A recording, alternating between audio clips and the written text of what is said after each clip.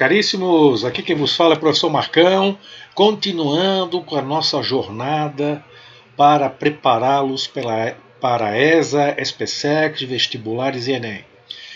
Deixando bem claro para vocês o seguinte, eu vou postar aulas todos os dias, porque é muito conteúdo que nós temos, na verdade, um prazo para terminar esses conteúdos. Continuando o que nós vimos na aula anterior, nós tínhamos visto na aula anterior a expansão marítima europeia e o primeiro fator, a formação dos estados modernos. Então o que acontece? Nós estamos saindo da Idade Média e indo para a Idade Moderna. Saindo da Baixa Idade Média. O que aconteceu no século XI? As cruzadas. O que as cruzadas levou? O contato com as especiarias e artigos de luxo do Oriente.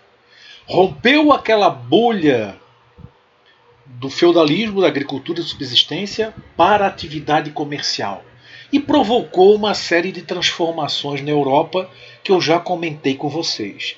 E surgem então os estados modernos, sendo que o primeiro estado moderno eu falei para vocês que foi Portugal. Então olha só, aula 2, parte 2. O pioneirismo português nas grandes navegações. Portugal foi o pioneiro. O que eu quero dizer com pioneiro? Pioneiro é o primeiro. Depois virão os outros. Depois, bem depois, imagine, Portugal é um estado moderno no século XII, enquanto que a Espanha, que vai ser a concorrente direta, só no século XV. Então imagine como Portugal estava adiantado na questão de um Estado organizado. Bom, o que vai acontecer? 1139, Dom Afonso Henrique proclama a independência do condado portucalense, que na verdade estava sob o domínio dos reinos de Leão e Castela. Nesse momento, Dom Afonso Henrique, da família Borgonha, assume o poder. Rei mais burguesia igual a centralização do poder. Então o rei, no caso, ele nessa questão, ele nem era rei. Mas ele vai assumir o poder com apoio burguês e surge então Portugal. 200 anos da dinastia da família Borgonha. O território português hoje que nós conhecemos, lá na Península Ibérica, de frente para o Oceano Atlântico, Península Ibérica, Portugal e Espanha. Esse território vai ser definido desde 1249, quando Algarves, que é a região sul de Portugal, vai ser anexada ao território. Então, Portugal é o primeiro Estado moderno. Como é que eu posso chamar esse Estado moderno? Vocês lembram? Pensaram rapidinho? Estados nacionais, monarquias nacionais, países, ou como eu estou falando aqui, Estado moderno. Então, Portugal pode ser chamado de país, monarquia nacional, Estado nacional e Estado moderno. Com aquela união rei-burguesia, centralizando o poder nas mãos do rei, surgindo os Estados modernos. Cada país terá a sua história nessa união aí. Não é uma história padrão. Cada país terá a sua história. Portugal teve a sua então. Dom Afonso Henrique se livrou dos reinos de Leão e Castela e conseguiu sua independência. Surgindo então Portugal. Bom, a expansão comercial e marítima portuguesa. Fatores que colaboraram. Por que Portugal então se expandiu-se nas grandes navegações, comercialmente e também alcançando territórios inimagináveis, chegando até a China. Macau era uma colônia portuguesa na China. Lá se fala português até hoje. Perceberam? A língua principal é o português, não o mandarim. Mas olha só, tem jornais lá em Macau em português. Fatores que colaboraram. Então por que Portugal se expandiu comercialmente e também se lançou nas grandes navegações oceânicas? Começamos então falando do principal. Eu já fiz essa afirmação para vocês. O órgão mais sensível do corpo humano é o bolso. Quando sentem no bolso, a coisa complica. Tá? A criatura chora, é o órgão mais sensível. Aí o que aconteceu? Comércio de especiarias. Comerciantes de Gênova e Veneza, na Itália, que ainda não existia como Estado moderno, faziam um monopólio do comércio. Quer dizer, eles tinham exclusividade do comércio de especiarias e artigos de luxo do Oriente. O que seriam especiarias? Gengibre, noz moscada, canela, pimenta, açúcar, etc. Artigos de luxo: seda, porcelana, marfim, perfumes, tapetes, etc. E nesse momento, Gênova e Veneza, os caras tinham muita grana. Eu quero que vocês entendam o seguinte: é negócio de, se fosse hoje, né? Negócio de bilhões. O que eles faziam? Olha só, utilizavam o mar Mediterrâneo, saíam da Itália, compravam os produtos no Oriente, nos principais portos, Constantinopla, Trípoli, Alexandria, Tunis, mas o principal porto é Constantinopla. Esses portos aqui são os principais num contexto maior, mas de todos o principal era Constantinopla. Esses aqui eram lojinhas e Constantinopla era um shopping center, para a gente fazer uma comparação. Levavam para a Europa, revendiam na Europa com preços altíssimos, ganhavam muito dinheiro. Agora que vem o seguinte, vamos gastar um tempinho falando das rotas comerciais. Como é que eram as rotas comerciais? Bom, essas rotas eram terrestres e marítimas. Então nós temos aqui, ó, rotas terrestres, rotas marítimas. E as feiras. Se vocês forem observar, as feiras são esses pontinhos aqui, ó. Estão vendo aqui? Vários pontos onde nós temos as feiras. E o que são as feiras? Inclusive, feiras, as feiras mais famosas são Champagne e Flandres. E o que acontece? As feiras eram pontos de venda dos produtos. Especiarias, artigos de luxo e também o artesanato urbano. Começavam a vender nessas feiras. E os carinhas que vendiam nessas feiras, como eu já falei na aula anterior, esses caras ficavam em burgos, que eram vilas comerciais próximas aos castelos, ainda na questão feudal, né, no período feudal, onde os nobres aqui mandavam, saindo lá do século XI. E esses locais onde esses caras viviam eram chamados de burgos. E esses comerciantes passaram a ser chamados de burgueses. Então, como é que a coisa funcionava? Na terrestre, era uma distribuição. Onde é que vinha, então, essas especiarias aí? Olha só. Gênova, Veneza. Gênova, Veneza. Dois pontos aqui importantíssimos. Eram duas cidades na Itália, que ainda não existia a Itália. Aqui a Península Itálica, a botinha aqui, estão vendo? Roma, Nápoles, Pisa, Florença também eram centros comerciais. Mas essas duas cidades monopolizavam. O que eles faziam? Olha só, eles saíam e iam até o maior centro comercial de todos, que era Constantinopla. Chegavam em Constantinopla, pegavam os produtos e revendiam para comerciantes na Europa que iriam vender para outros burgueses que iriam montar suas feiras, suas barracas e iam vender os produtos. Então olha só, cada pontinho desse aqui, ó, é as feiras. As principais, hein? Porque tem feiras pequenas. Vão construir estradas, vão navegar pelo Mediterrâneo, vão andar pela costa do Oceano Atlântico, passando aqui do Mediterrâneo para o Estreito de Gibraltar e subindo e vendendo produtos até o Mar do Norte. Eles faziam essas viagens, tudo para vender as especiarias, artigos de luxo e também o artesanato urbano. O que seria o artesanato urbano? Tudo que você possa imaginar, né? Portas, armas, celas dos animais, o que você possa imaginar que era um trabalho que eles faziam na Europa, né? E também as especiarias que vinham do Oriente, que eram revendidas na Europa. Então vinha de Trípoli, Antioquia e outros, Alexandria, e isso tudo, Tunis, isso tudo era vendido na Europa e dava muita grana, muita.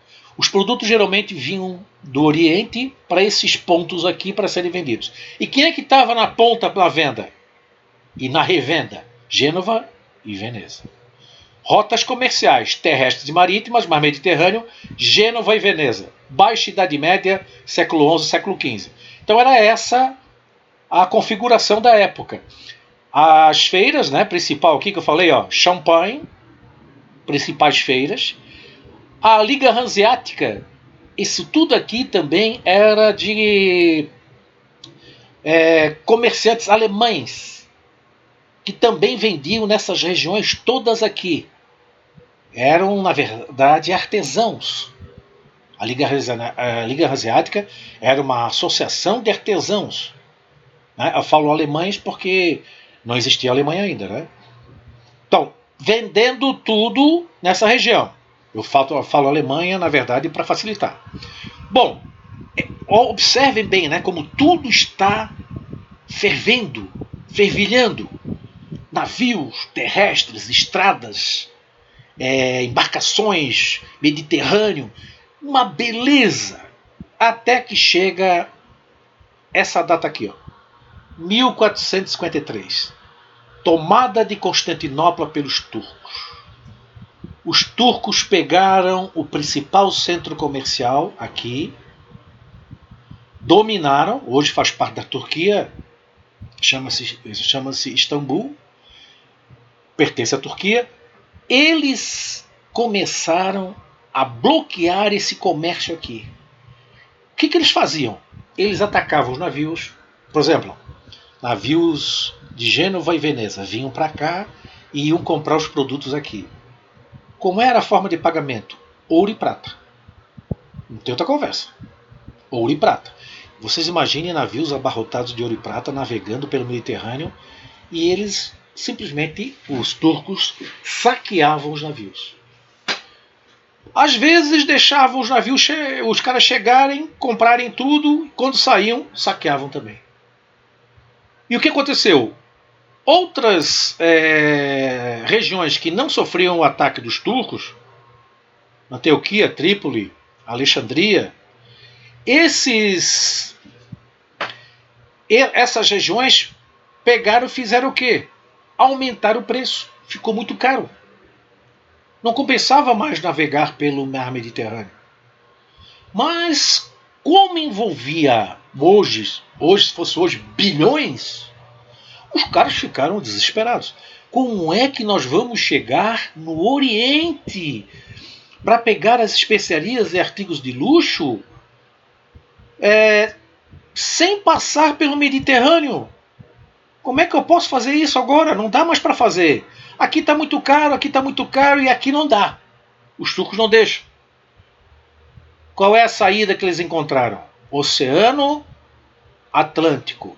E vai começar onde? Por Portugal, Lisboa, a capital de Portugal. Por que será pelos portugueses? Porque eu acabei de comentar com vocês. Portugal foi o primeiro Estado moderno. Enquanto esses aqui estavam tudo lutando para se organizar em países, Portugal já existia. Perceberam? Já era organizado. Então tomou Constantinopla, bloqueia o comércio de especiarias, os turcos, tem que achar um novo caminho para o Oriente, sem utilizar o Mediterrâneo. Não dá mais para usar o mar Mediterrâneo. Saída, Oceano Atlântico, que é uma outra história. Porque se você tiver problemas no Mediterrâneo, você vai para o norte ou para o sul, você chega em terra. Agora no Oceano Atlântico, meus caros, é uma aventura e que se você tiver problemas, possivelmente não será salvo. nós vamos falar das grandes navegações, né? Muitos morreram, poucos sobreviveram. E o que a gente conta são os vitoriosos e os derrotados. Quantos naufrágios, quantas mortes, né? Então, Oceano Atlântico é a saída, sem utilizar o Mediterrâneo. Olha só, Constantinopla era a capital do mundo naquela época. Estão vendo aqui, ó, Mar Mediterrâneo, aqui fica Portugal, Oceano Atlântico, Mar Mediterrâneo, norte da África, e tomaram Constantinopla. Acabaram com a brincadeira, a capital do mundo se foi. Não tem mais grana. Tem grana ainda, né? As especiarias, mas tem que chegar lá, sem usar o Mediterrâneo, não dá. Ah, professor, mas não dá para ir por terra? Impossível. Seria algo impossível carregar produtos, trazer produtos. Nós temos aqui parece tudo bonitinho, né? Mas temos aqui desertos, montanhas. Não tem como passar. Bom, Oceano Atlântico. Os portugueses tinham interesse de outro caminho pelo Atlântico para chegar às Índias. Lembrando sempre, quando eu falar em Índias, eu estou falando no Oriente. É sinônimo de Oriente. Tá? Na Idade Média, eles chamavam o Oceano Atlântico de Mar Tenebroso. Tinham muito medo do Oceano Atlântico. Medo que a Terra era plana, então iam acabar no precipício, que monstros marinhos, né, queriam se enrolar nas embarcações e destruir tudo, medo que a água fosse ferver, porque quanto mais você desce para a costa da África, aumenta a temperatura. Então tudo isso aí era um receio medieval. Muitos ainda tinham esse receio. Os portugueses navegavam pela costa próxima à terra, para pescaria, pescas, pequenos comércios, mas nada muito longe. Então é uma aventura. E uma coisa importante, não tem mapa. Eles conheciam só o norte da África. Essa parte aqui da África. Se a gente voltar um pouquinho aqui, olha só, aqui é Portugal. Eles conheciam aqui o norte da África. E daqui para baixo? Nada, zero. A América, nem sonhavam. Nem sabiam que existia América. Então, Portugal vai se lançar ao mar. Qual o interesse? Eu coloco para vocês aqui o primeiro interesse econômico. É o que move, né? Banqueiros, burgueses, o Estado, o rei Dom Manuel I, tinham interesse de novos mercados, pegar especiarias, revender na Europa, ganhar muito dinheiro. Era isso que eles queriam. E vão investir pesado, que custava caro essa viagem. A Igreja Católica tinha uma influência muito grande, então tinha interesse também de novos fiéis para a Igreja Católica. Cada embarcação tinha um padre, justamente para catequizar os novos, os nativos encontrados nas novas regiões. Né? População pobre via uma forma de trabalho também, tinha interesse, associado ao espírito de aventura. Outra coisa importante de Portugal, além de ter tudo isso aqui que eu já falei para vocês, né, interesse econômico, propagação da fé cristã, população pobre querendo emprego de marinheiros, a posição geográfica. A Europa, na verdade, Portugal na Europa fica aqui, ó, na costa leste. O que tem aqui de frente aqui? Oceano Atlântico. Então, toda a costa leste de Portugal já era banhada pelo Oceano Atlântico. Então eles tinham essa noção do oceano. Não tinha guerras porque já era um Estado moderno, não estava lutando para se unificar. E a política mercantilista. Os burgueses ajudaram o rei a assumir o poder.